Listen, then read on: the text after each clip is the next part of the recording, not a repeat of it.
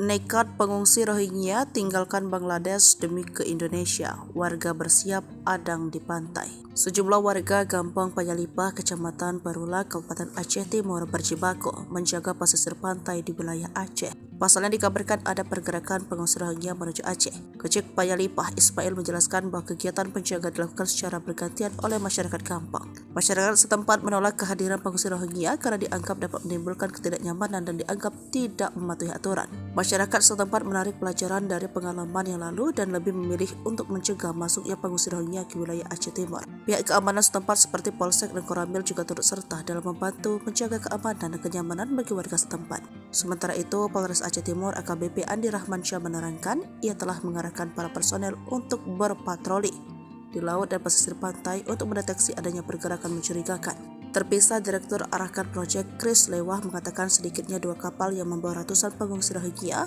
sedang berlayar dari Bangladesh menuju Indonesia. Arahkan Project adalah lembaga advokasi HAM untuk minoritas Rohingya. Arahkan Project meyakini 2 kapal pengungsi Rohingya kini sedang dalam perjalanan dari Bangladesh. Lewah menyebut kapal tersebut kemungkinan besar akan tiba di Indonesia 8 hari. Menurutnya, kapal pertama membawa sekitar 200 orang, sementara perahu kedua membawa 150 orang. Jadi, ada sekitar 350 pengungsi Rohingya yang kemungkinan akan masuk ke Indonesia lagi pada pekan depan. Bangladesh adalah rumah bagi sekitar 1 juta pengungsi Rohingya yang sebagian besar melarikan diri dari penumpasan kekerasan tahun 2017 oleh militer Myanmar.